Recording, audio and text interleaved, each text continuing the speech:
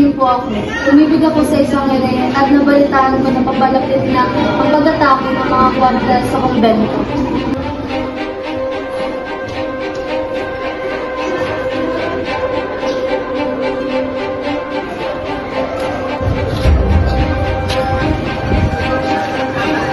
Tila walang mga respeto mga tao dito. Nararapat ko na sa lahat ng mga respeto.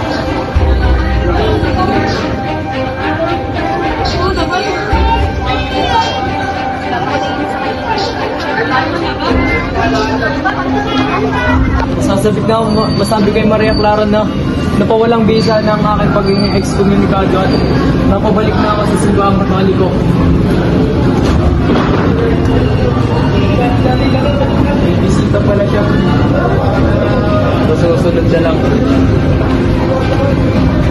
Ako ay pinadala lamang upang ilahad ang kinahingnan mo kay Nabi. Kami ay humihingi ng tulong sa inyo, Ginoong Ibarra.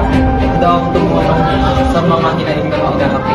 Sa pamamagitan na lang ng pagbibigay ng pera at paghingi ng tulong sa aking mga kaibigan. Nagsisisi na ako dahil sa pagiging babaero at sinungaling tao. Hindi ko pa rin talaga matanggap kung ano nangyari sa atin. Ang laki ng utang na loob ni Elias, ngunit ganun lang ang ginawa niya.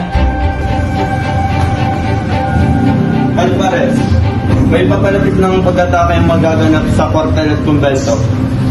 Ipinagtapat sa akin ito ng isang babae. Kailangan na natin maganda. Kung gano'n, kukuha ko ng 4 na Golden Sibyl sa kumbento at magkakaroon tayo ng pagtitipon-tipon at upang mapaghandaan ng pag-atake.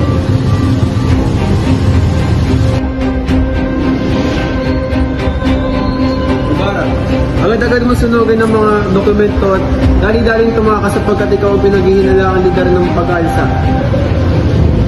Sige Elias, salamat sa impormasyon. Alam niyo, grabe na yung nangyayari sa bayan natin. Kaya nga ano nangyari sa San Diego? Di ko nga mawari ang nangyari. Pag maaari natin gawin. Ito kaya yung mga pinagsasabihan na kayo sa mga tao. Ano yun? Ano?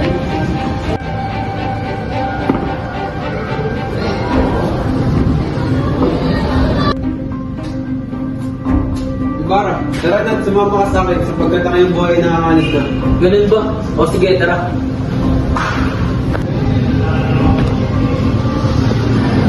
Ibarra, ikaw pala yan. Ano nangyari sa'yo?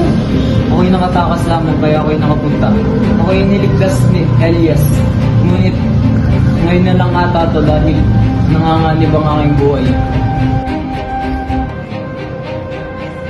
Maria, nais ko sana may tawad sa lahat ng kakasana sa iyo.